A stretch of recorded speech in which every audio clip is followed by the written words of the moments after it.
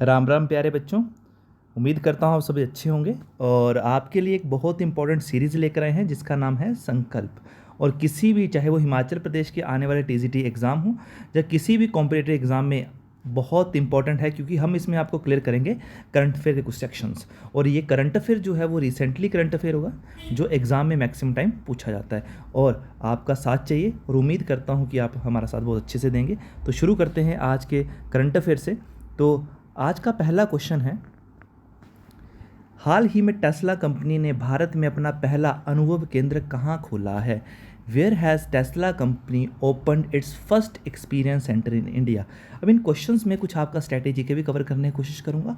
तो Tesla company जो United states of America के एलॉन मस्क कंपनी है और उन्होंने अपना एक्सपीरियंस सेंटर भी खोला है इंडिया में। और ये एक्सपीरियंस सेंटर महाराष्ट्र की कैपिटल मुंबई में खोला गया है। तो याद रखें, इसमें जो गाड़ी का जो प्राइस है वो पहला 60 लाख रखा गया है। तो याद रखें, टेस्ला कंपनी जो एलॉन मस्क की कंपनी है, इसका पहला एक्सपीरियंस सेंटर कहाँ खोला गया है? मुंबई में। और अगर स्टेट पूछी जाए तो याद रखना महाराष्ट्र। सेकंड क्वेश्चन पे चलते हैं। हाल ही में भारत का पहला नोमैड डिजिटल नोमैड विलेज कहाँ खोला गया है? Where has India's first digital nomad village? अब आपको मैं बताता हूँ नोमैड होता क्या है और नोमैड विलेज रखने का मतलब क्या है। पहली बात तो, क्योंकि आप देखें अभी जो है बरसात का सीज़न है, मानसून सीज़न है, तो होता है क्या है कि पहाड़ी इलाकों पे जो है वो टूरिस्ट कम जाता है। इसीलिए एक ऐसी स्टेट जिसने एक नई स्कीम शुरू करी है डिजिटल नोमैड विलेज, मतलब यहाँ पर हाई इंटरनेट स्पीड मिलेगी और इसके अलावा आपको पीस इन्वायरमेंट मिलेगा। उसी को हम डिजिटल नोमैड विलेज बोलते हैं। मतलब जो आईटी सेक्टर्स के लोग हैं या किसी भी सेक्टर के लोग हैं जो वर्क फ्रॉम होम करते हैं, उनके लिए स्पेशल फैसिलिटीज़ दी गई है कि हमारी स्टेट में आएँ और यहाँ पर आके काम करें ताकि इससे टूरिस्ट को बढ़ावा मिले। तो डिजिटल नोमैड विलेज को शुरू करने वाली इंडिया की पहली स्टेट बनी है और ये इंडिया की और पूरे वर्ल्ड की पहली ऑर्गेनिक स्टेट भी है जिसका नाम है सिक्किम। और सिक्किम की जो कैपिटल है वो है गैंगटॉक। तो याद रखना क्यों इंपॉर्टेंट क्वेश्चन है, क्योंकि इंडिया का पहला डिजिटल नोमैड विलेज बना है।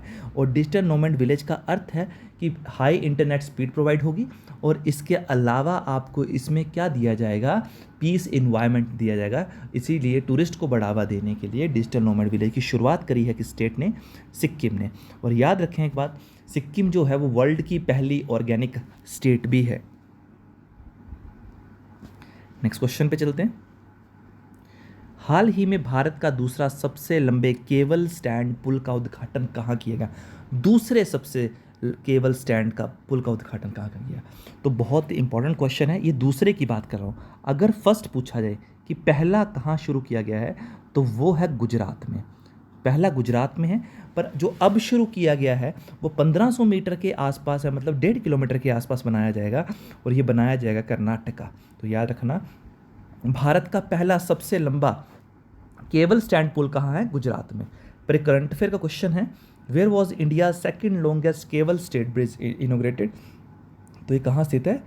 कर्नाटका में। और हमारे देश के road and transport minister Nitin Gadkari ji ने इसका क्या किया है? उद्घाटन किया है।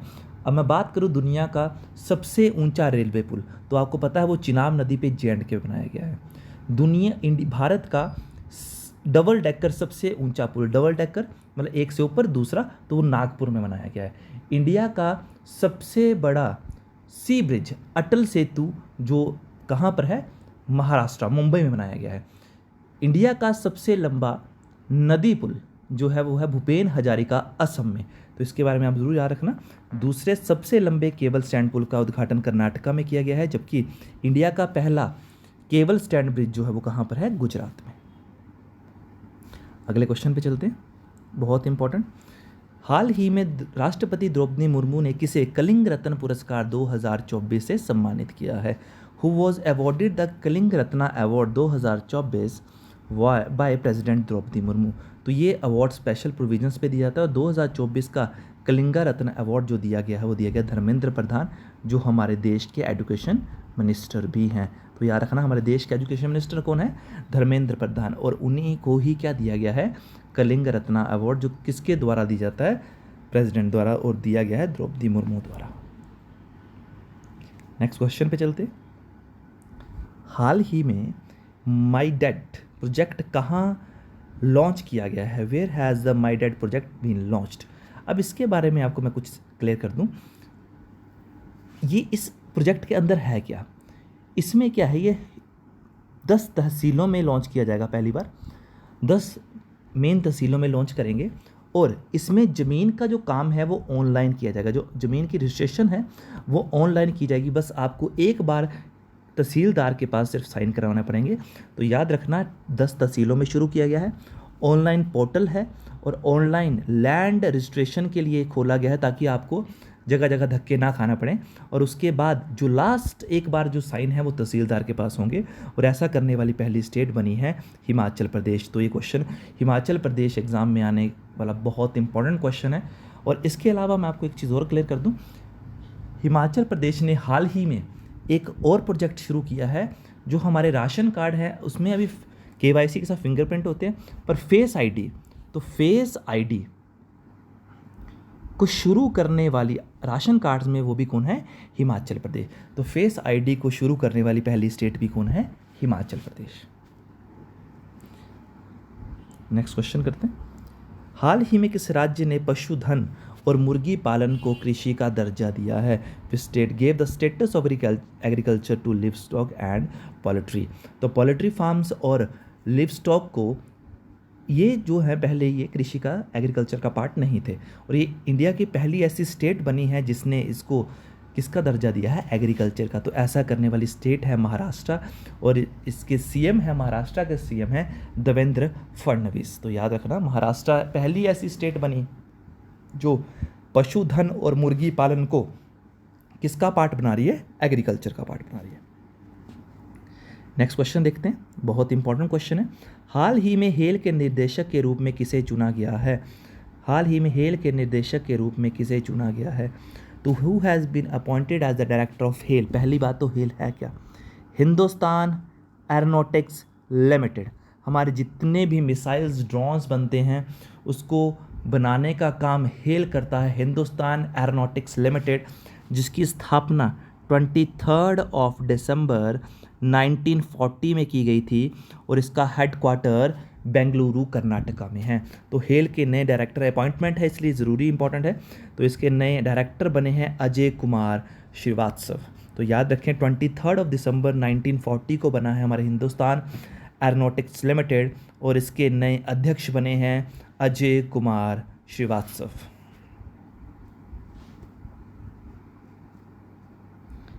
नेक्स्ट क्वेश्चन पे चलते हैं। किस राज्य ने भारत की पहली जनजातीय जीनोम अनुक्रमण परियोजना को शुरू किया है? The state has launched India's first tribal genome sequencing project. तो इसमें क्या है, जो ट्राइबल लोग हैं उन ट्राइबल लोग जो पीपल हैं, जो ट्राइबल लोग हैं वहाँ के, उनके लिए वहाँ की स्कीम्स बताने के लिए एक नया प्रोजेक्ट शुरू करा कि वहाँ तक ये स्कीम पहुँच सके। इसीलिए ऐसा शुरू करने वाली पहली स्टेट बनी है गुजरात। तो गुजरात पहली ऐसी स्टेट है जिसने जनजातीय जीनोम अनुक्रमण की शुरुआत की है, first tribal genome sequencing project. Next retirement पे क्वेश्चन है। हाल ही में आंद्रे रसल ने अंतर्राष्ट्रीय क्रिकेट से संन्यास लिया है, वे किस देश के थे? तो Andre Russell has announced his retirement from international cricket, he is from West Indies. वैसे हम आपको क्लियर कर दूं, वेस्ट इंडीज़ टीम के थे पर वेस्ट इंडीज़ कोई कंट्री नहीं है, इसलिए हम बात करेंगे सिर्फ वेस्ट इंडीज़। तो उन्होंने टीम पूछी है तो वो किस टीम से थे? वेस्ट इंडीज़ से। इसके अलावा मैंने कुछ और यहाँ पे क्वेश्चन मेंशन किए हैं। शरद कमल की बात करें तो टेबल टेनिस प्लेयर थे, इन्होंने भी अभी संन्यास लिया है। और याद रखें 2024 के पेरिस ओलंपिक्स में हमारे फ्लैग वेयर भी थे। इसके अलावा स्टीव स्मिथ ने भी वनडे क्रिकेट से संन्यास लिया है, मुशफिकुर रहीम ने ओडीआई क्रिकेट से संन्यास लिया, तमीम इकबाल ने अंतर्राष्ट्रीय क्रिकेट से संन्यास लिया, बांग्लादेश के प्लेयर थे। ट्रेंट बोल्ट ने भी संन्यास लिया, न्यूजीलैंड के थे। मनोज कुमार हमारे इंडिया के बॉक्सर थे, उन्होंने भी संन्यास लिया। शिमोना हालेप रोमानिया की टेनिस प्लेयर, बहुत फेमस टेनिस प्लेयर थी, इन्होंने भी संन्यास लिया। वी सुमित्र रेड्डी बैडमिंटन के प्लेयर थे, इन्होंने भी संन्यास लिया है। ये सारे वंदना कटारिया जो हॉकी से जुड़ी थी, रोहित शर्मा ने टेस्ट से संन्यास लिया, इससे पिछले साल इन्होंने T20 से संन्यास लिया था। विराट कोहली ने टेस्ट से संन्यास लिया है। मैरी येपर्स इंग्लैंड फुटबॉल, निकोलस पूरन ने इंटरनेशनल क्रिकेट से संन्यास लिया है, हेनरिक क्लासन अंतर्राष्ट्रीय क्रिकेट से संन्यास लिया है, और ललित उपाध्याय जो हॉकी के प्लेयर थे, ये सारे जो हैं वो इस साल के रिटायरमेंट्स हैं जो आपको किसी भी खेल के और किसी भी व्यक्ति के बारे में पूछी जा सकती हैं। अगला क्वेश्चन है, हाल ही में किसने पॉलीग्रास मैजिक स्किल अवार्ड जीता है? तो हमारा क्वेश्चन बहुत इंपॉर्टेंट है। इसमें होता क्या है,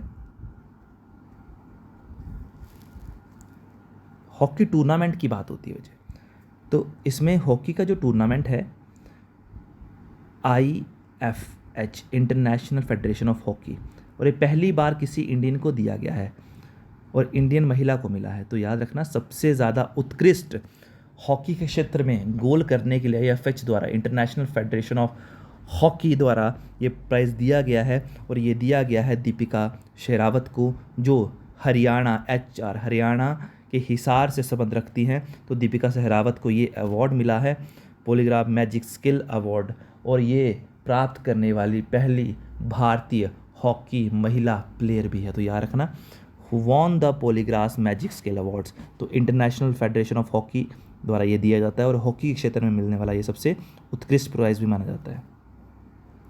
नेक्स्ट, हाल ही में अंतर्राष्ट्रीय न्याय दिवस कब मनाया गया? और इसके साथ मैंने यहाँ पे इसकी थीम भी लिखी है, accountability and respect for law. तो हमारे पास इंटरनेशनल जस्टिस डे मनाया जाता है 17 जुलाई। क्यों मनाया जाता है? क्योंकि 17 जुलाई 1998 को 17 जुलाई 1998 को ICC इंटरनेशनल क्रिमिनल कोर्ट की स्थापना की गई थी, इसीलिए 17 जुलाई को इंटरनेशनल जस्टिस डे मनाया जाता है। लास्ट क्वेश्चन है, हाल ही में यूक्रेन की नई प्रधानमंत्री कौन बनी है? Who has become the new prime minister of Ukraine? Yulia Svyrydenko. तो ये जो हैं स्विरिडेंको जो है वो, यूलिया स्विरिडेंको जो है वो क्या बनी है, इस देश की यूक्रेन की पहली तो नहीं बोल सकते पर महिला प्रधानमंत्री बनी है। और व्लादिमीर जेलेंस्की जो है वो यहाँ के प्रेसिडेंट हैं। और आपको याद होगा, अभी कुछ समय पहले हम पढ़ते भी आए यूक्रेन और रशिया के बीच में जो डिस्प्यूट चला था। और याद रखना कि जो यूक्रेन है उसकी राजधानी कीव है, और उसकी नई प्रधानमंत्री बनी है यूलिया स्विरिडेंको, और इसके प्रेसिडेंट का नाम है जेलेंस्की। क्लियर बात की, ठीक है।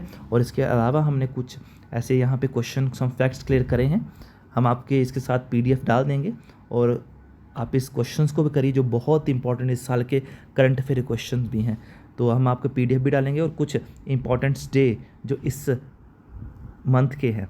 तो उम्मीद करता हूँ कि आप हमारे पेज को ज़्यादा से ज़्यादा लाइक करेंगे, फॉलो करेंगे, और हमारे साथ इस पेज को आगे बढ़ाने में हमारी सहायता करेंगे।